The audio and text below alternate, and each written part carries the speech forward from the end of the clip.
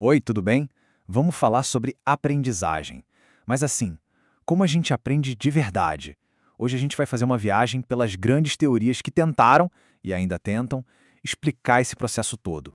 Para começar, vamos pensar numa coisa. Sabe aquele aplicativo super moderno para aprender um idioma? Ou aquele curso online que parece super inovador?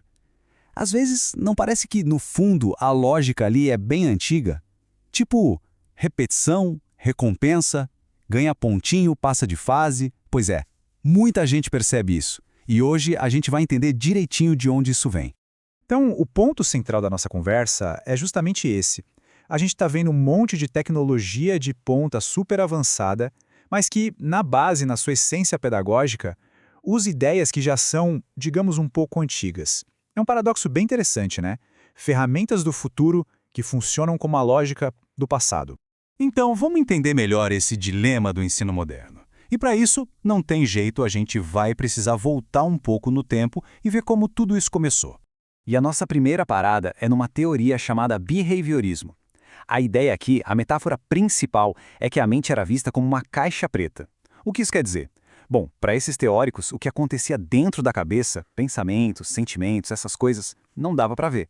Então, não importava muito para a ciência da época. O foco era só no que era observável, no que dava para medir, o comportamento. Aquele exemplo do app que dá pontos e medalhas quando se acerta uma resposta? É isso, é behaviorismo puro. E essa história toda começa, olha que curioso, não com um psicólogo, mas com um fisiologista chamado Ivan Pavlov. Ele estava estudando o sistema digestivo de cachorros, e foi meio que sem querer que ele acabou fazendo uma das descobertas mais importantes sobre como a gente aprende, o tal do reflexo condicionado. O processo é bem simples de entender. Olha só. Primeiro, uma coisa natural. Comida faz o cachorro salivar. Certo? Certo. Aí o Pavlov começa a tocar um sino, que não tem nada a ver com a história, toda vez que ele dá a comida. Ele faz isso uma, duas, várias vezes, e aí vem a mágica. Depois de um tempo, só de ouvir o sino, o cachorro já começa a salivar, mesmo sem a comida aparecer. Pronto, uma nova aprendizagem foi criada ali, puramente por associação de estímulos. Ok, Pavlov descobriu isso com os cães, mas quem pegou essa ideia e realmente transformou numa grande teoria da psicologia foi esse cara aí, John B. Watson. Ele é considerado o pai do behaviorismo. E para ele, a regra era claríssima. Se não dá para ver e medir, não serve para a ciência. Ponto final. E essa frase famosa dele dá a dimensão do quão a visão dele era radical. Ele basicamente dizia que, se dessem a ele crianças saudáveis, ele poderia transformar qualquer uma delas em qualquer coisa. Médico, artista, até ladrão. Não importava o talento ou a genética. Para ele, era tudo uma questão de moldar pelo ambiente. É uma ideia bem radical mesmo, né? Super determinista. E aqui a gente chega num ponto de virada fundamental. O behaviorismo era focado nisso. Entre um estímulo, sai uma resposta. Mas e o que acontece ali no meio? O que se passa dentro daquela caixa preta? Essa pergunta que ficou sem resposta foi o que abriu o caminho para a próxima grande revolução na psicologia da aprendizagem, o cognitivismo. A mente deixa de ser uma caixa preta e passa a ser vista como um tipo de processador, um computador. Essa mudança foi tão grande que ganhou um nome: a virada cognitiva. Era o momento de finalmente abrir a tal da caixa preta e tentar entender como a gente pensa, como a gente processa informações, tudo aquilo que o behaviorismo tinha deixado de lado. E um dos grandes nomes dessa nova fase é Jean Piaget. Para ele e outros cognitivistas, a mente não era mais uma coisa passiva que só reage a estímulos. Não, a mente é ativa, ela constrói conhecimento. Aprender não é só reagir, é ativamente organizar as informações e dar sentido ao mundo.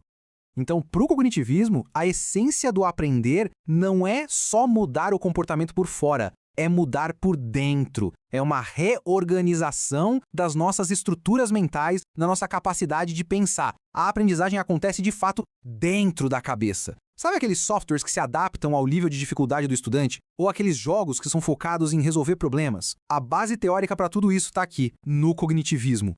Mas a história não para por aí, não. Depois da virada cognitiva veio outra grande mudança de perspectiva. A ideia de que talvez aprender não seja algo que a gente faz só com a nossa cabeça, mas sim algo que é, na sua essência, uma atividade social. E a figura central aqui é Lev Vygotsky. A ideia dele foi realmente revolucionária. Ele disse o seguinte: a aprendizagem não começa dentro da gente, ela começa entre a gente. Começa na interação social, na cultura, e só depois é que a gente traz para dentro e transforma em pensamento nosso. O nome que o Vygotsky deu para isso é internalização. Pensa assim, é o processo de pegar o que está fora, na sociedade, como a linguagem, os costumes, o conhecimento, e trazer para dentro, transformando em parte do nosso jeito de pensar.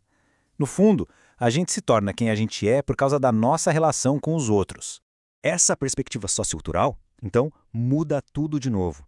Aprender não é mais só processar a informação sozinho na sua cabeça. Passa a ser visto como participar de uma conversa, fazer parte de uma comunidade.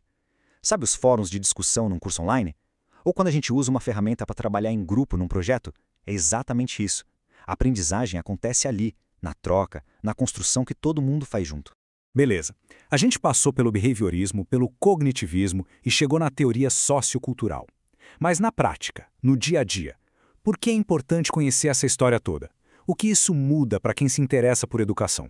Olha, conhecer essa evolução dá para a gente um olhar muito mais crítico.